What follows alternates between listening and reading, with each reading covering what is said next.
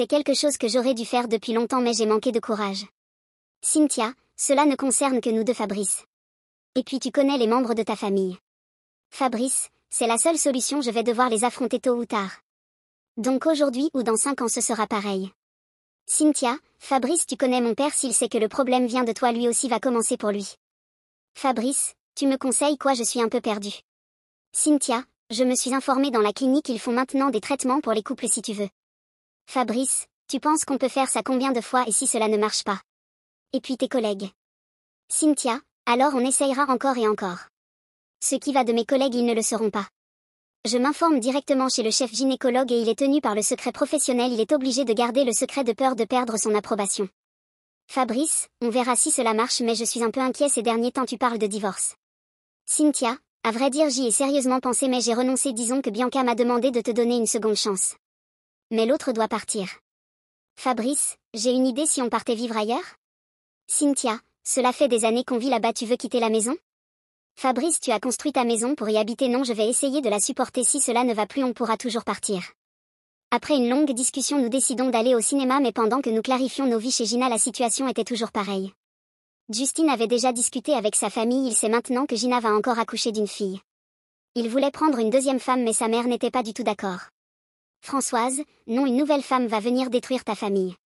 Je ne suis pas à coup, le calme, la tranquillité de ma belle-fille m'est très précieux. Justine, mais maman elle ne fait que des filles, je n'en peux plus. Je veux un fils, c'est tout, je veux un héritier. Françoise, donc c'est elle qui décide de ce qu'elle accouche? Demande pardon à ta femme. Et mets fin à ton histoire de deuxième femme, mon fils ne va pas ramener ta propre mort ici. Françoise se lève et quitte la table de discussion. Gina est très inquiète, elle était dans son 8e mois de grossesse, elle avait peur de la réaction de son mari. Aku venait de mettre le feu à 2 foyers. Noire de colère, Gina se rend chez son frère pour parler avec sa mère. Gina, maman, tu vois que dans ta méchanceté tu vas mettre le feu chez moi, pourquoi tu ne peux pas arrêter? Fabrice, que se passe-t-il, Gigi? Calme-toi, dis-moi. Gina, te dire quoi, toi et ta mère vous avez créé des problèmes chez moi. Et tu me dis de me calmer? J'étais dans la cuisine, je ne voulais pas sortir mais Gina était à 2 minutes de faire une crise d'hystérie et dans son état c'était pas une bonne chose, quand je sors je lui offre un verre d'eau. Sandra arrache le verre d'eau de ma main et le donne à Gina. Sandra, prends, belle-sœur, calme-toi et dis-moi ce qui se passe. Pourquoi tu es aussi fâchée, bois pardon. Gina, bois ton eau et laisse-moi tranquille madame. Apparemment je n'étais pas désirée donc je veux monter dans ma chambre quand Gina m'arrête et me prend par le bras, me tirant vers elle en me montrant la porte de sortie, les larmes aux yeux. Gina, viens avec moi à la maison s'il te plaît, viens. Cynthia, que se passe-t-il, calme-toi et dis-moi. Gina, Justine veut prendre une deuxième femme. Et il sait que c'est une fille. Je t'en prie, parle avec lui, toi au moins il t'écoute. Aku, tu lui as donné des belles filles, il a quel problème? Gina, Justine veut un garçon, un héritier, si j'accouche encore d'une fille il va prendre une autre femme. Aku, ce n'est pas de mon vivant, je vais lui parler.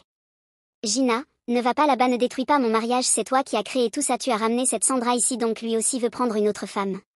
Cynthia, pardon, viens lui parler s'il te plaît. Cynthia, je vais prendre mon sac et on y va. J'irai chercher mon sac et on ira voir Justine. La soirée cinéma était mort. On va discuter des heures jusqu'à tard dans la nuit. Assise sur leur terrasse vers 23h, Justine va finir par s'enlever cette idée de la tête. Fabrice viendra me chercher un peu plus tard. Avant que mon mari arrive à notre niveau, Justine me dit une phrase bizarre. Justine, méfie-toi de ce Fabrice, il n'est pas aussi innocent que tu le penses. Qu'est-ce qu'il a voulu dire par là? Est-ce qu'il y avait autre chose qui m'attendait? Bref, je n'ai pas fermé l'œil de la nuit. Justine était un homme droit, il n'aimait pas du tout les mauvais comportements. Et si Justine me dit de me méfier de Fabrice, c'est qu'il savait quelque chose. Une semaine passe, les mots de Justine ne me lâchent pas. Après le boulot, Bianca vient me chercher et nous allons toutes les deux dans le bureau de Justine. Cela dérange un peu Bianca car elle et Justine avaient eu une histoire dans le passé. Il était en réunion avec son patron, nous allons l'attendre dans son bureau. Quand il arrive et nous voit toutes les deux assises, il avait compris. Il n'ira pas par 4 chemins. Justine, je savais que vous alliez venir pour me voir, pour savoir ce que j'ai voulu dire l'autre jour. Bonsoir Bianca, ça va? Bianca, oui ça va mais toi tu as maigri. Que se passe-t-il? Justine, rien, j'ai repris ton régime que tu as oublié dans mon salon et toi tu n'as pas l'air contente. Bianca, tu as bien vu Justine, j'aime quand c'est propre. Cynthia, arrêtez de vous disputer. Justine, pardon, dis-moi que se passe-t-il? Tu sais quoi? Justine, Cynthia, tu sais s'il y a quelque chose que je n'aime pas, c'est les mensonges. Et Fabrice te ment depuis des années. Cynthia, de quoi tu parles? Justine, il me ment sur quoi? Justine, lui et cette Sandra se connaissent depuis très longtemps. Cynthia, non c'est impossible tu te trompes. Justine, pourquoi tu penses que je me trompe? Cynthia, comment tu sais cela? Justine, Samuel le meilleur ami de ton mari je l'ai vu avant-hier soir dans un bar il était ivre. Il m'a tout raconté. Sandra c'est sa maîtresse depuis 2 ans. La famille de Sandra et sa famille sont amies depuis très longtemps ce mariage était donc obligatoire. Cynthia, tu racontes quoi pendant des années? Justine, Cynthia ton mari te ment depuis des années. Fabrice et sa famille se moquent de toi. Cynthia, c'est confirmé? Justine, quand je l'ai appris j'ai tourné autour de Solange et elle a confirmé. Tu es la seule qui n'est pas encore au courant. Fabrice t'aime c'est vrai mais il est tombé dans son propre piège maintenant il ne peut plus dire la vérité de peur que tu le quittes. Je me souviens de ce que j'ai entendu Fabrice dire quand il était dans la cuisine avec les 2 femmes. Je suis tombé dans votre piège, mon monde s'écroule à nouveau, mes genoux tremblent, je me lève pour sortir impossible. C'est dans le divan qui se trouve dans le salon de Justine que je vais me ressaisir. Bianca faisait des allers-retours folles de rage, Justine avait eu du mal à la retenir d'aller faire un scandale. Donc quand moi je suis au boulot ces 2 jouent le love dans la maison? Arrivé à la maison je fais comme si de rien n'était j'observe mon mari et Sandra leur petit regard. Je fais comme je n'avais rien vu. Après le dîner je monte dans la chambre m'habiller, me coucher avec mon mari comme si de rien n'était. Je ferme les yeux en jouant celle qui dormait paisiblement. Voilà vers 1h du matin Fabrice qui se lève tout doucement du lit et sort de la chambre. Je le suis discrètement. Je m'assois dans les escaliers et là la vérité m'éclate au visage. Fabrice, qu'est-ce que tu veux? Je t'ai dit que c'était fini. Sandra, ce n'est pas fini Fabrice, tu m'ignores? Je t'aime Fabrice tu m'aimes aussi. Fabrice, pour me coller à toi tu es parti t'associer à ma mère. Vous avez comploté contre moi et tu veux me parler d'amour? Toi et moi c'était jamais sérieux. Sandra, c'était pas sérieux pour toi tu voulais qu'à mon âge je traîne encore en maîtresse? Fabrice, on parlera de ce mariage bidon quand ma Cynthia sera dans la nouvelle maison comme ça je ne risque pas de perdre ma femme. Sandra, dépêche-toi de la faire quitter cette maison. Je ne la supporte plus. Fabrice, alors il faut partir parce que jusqu'à preuve du contraire c'est ici sa maison. Chapitre 2.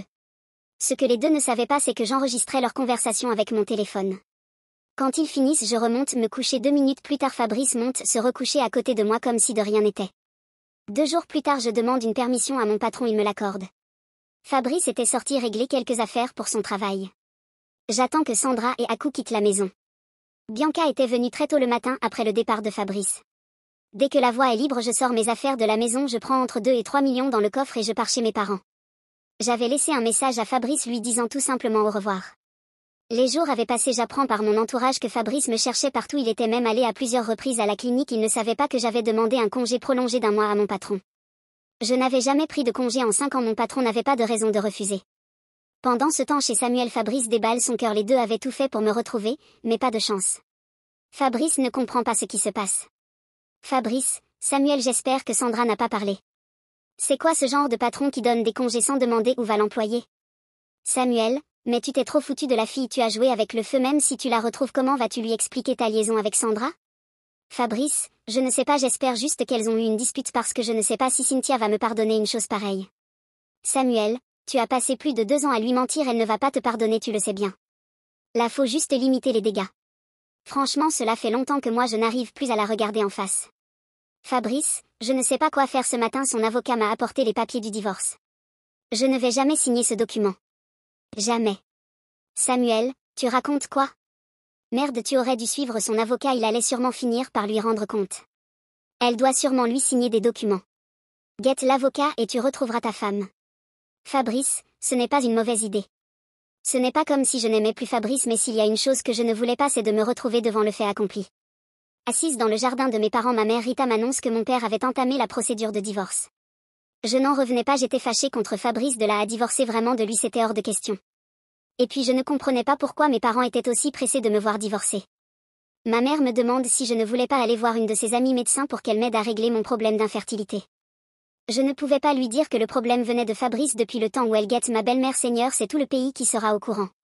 Je lui dis que je venais de commencer un traitement mais elle insiste, ma mère avait même déjà fait le nécessaire pour que je me rende chez le médecin en question. Nous 2 discutions quand Bianca rentre tout en sueur dans la maison.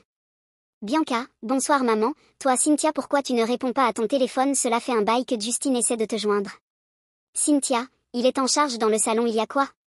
Bianca, le travail a commencé chez Gina et il y a des complications. Cynthia, je vais à la clinique immédiatement. Bianca, il était trop tard pour la clinique elle est à la maison. Je t'emmène. Nous partons à toute vitesse avec ma mère chez Gina et Justine. Arrivés, on pouvait déjà voir la tête du bébé avec le cordon autour de son cou. Je vais faire ce qu'il faut et le bébé va venir sans problème, mais c'était Gina qui m'inquiétait, elle avait perdu beaucoup de sang et elle n'allait pas bien du tout. On l'emmène à toute vitesse à la clinique où elle se fait opérer d'urgence. Après 3 bonnes heures passées à attendre, le chirurgien vient nous rassurer, elle était sortie d'affaire. Dans le trouble, je n'avais pas bien vu le chirurgien, c'était Simon, un ancien camarade de l'université qui était parti finir ses études au Canada. J'étais en train de régler les formalités administratives avec Justine quand une main me frôle l'épaule. Je me retourne et le revoilà. On fait une accolade, je lui présente Justine, on discute pendant des minutes tout entières, j'étais contente de le revoir. Il nous assure que Gina allait bien et qu'elle pourrait quitter les soins intensifs dans les jours qui suivent.